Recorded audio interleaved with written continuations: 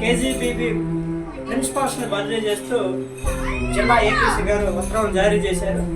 కంచిలి గాడ కొందూరు సంబంధించిన ప్రిన్సిపాల్స్ని బదిలీ చేస్తూ నిర్ణయం చేశారు.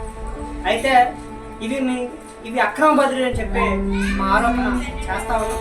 ఒకటి, వాళ్ళపైన ఆరోపణలు ఏమున్నాయో, విచారణ ఏమున్నాయో విచారణ జరపకుండానే ఈరోజు స్థానిక ఎమ్మెల్యేలు ఇచ్చిన లెటర్ ఆధారంగా హర్రీ బుర్రీనా ఈరోజు బదిలీ చేసే పరిస్థితి ఉంది. అందులో ఒక బాధిత ప్రిన్సిపాల్ గారు కానీ ఒక రాజకీయ నాయకుడు వేధిస్తున్నారు, స్థానిక రాజకీయ నాయకులు కాంట్రాక్టులు మమ్మల్ని ఇబ్బంది పెడుతున్నారు, మమ్మల్ని ఫోన్లలో బూతులు తింటున్నారు, అసభ్యకరంగా మా కేజీబీలో ప్రవర్తిస్తున్నారని చెప్పి ఏపీసీ గారికి రిటర్న్ పూర్వకంగా ఒక పత్రాన్ని ఇస్తే దానికి సంబంధించిన ఆడియో ఫోన్ రికార్డులు అని పంపిస్తే వాటిపైన ఆ రాజకీయ నాయకులపైన స్థానిక కాంట్రాక్టుల పైన చర్యలు చేసుకోకుండా ఎవరైతే బాధితురాలు ఉందో బాధితురాలు మీద చర్యలు తీసుకుని ఆయన్ని ట్రాన్స్ఫర్ పంపించే పరిస్థితి.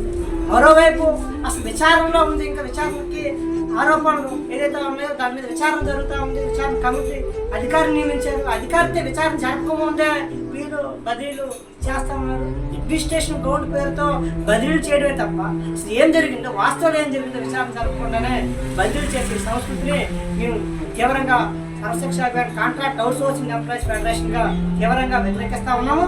ఈ అక్రమ బదిలీలు వెంటనే రద్దు చేయాలి. ఎవరైతే కేజీబీ ప్రిన్సిపాల్కో రాజకీయంగా వేధిస్తున్నారో, స్థానిక కాంట్రాక్టులు ఎవరైతే ఉన్నారో వాళ్ళపై తక్షణమే చర్యలు తీసుకోవాలి.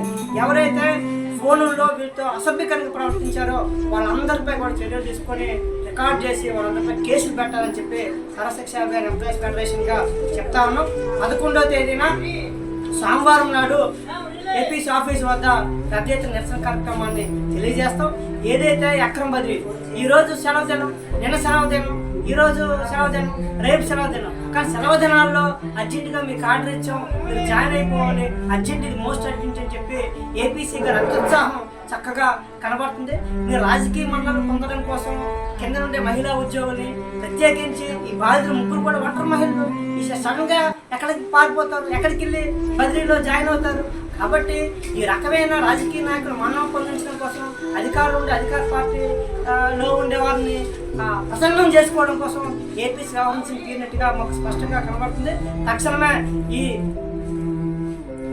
ఈ ఆర్డర్స్ని రద్దు చేయాలి, వాళ్ళు యథాతథంగా కొనసాగించాలి.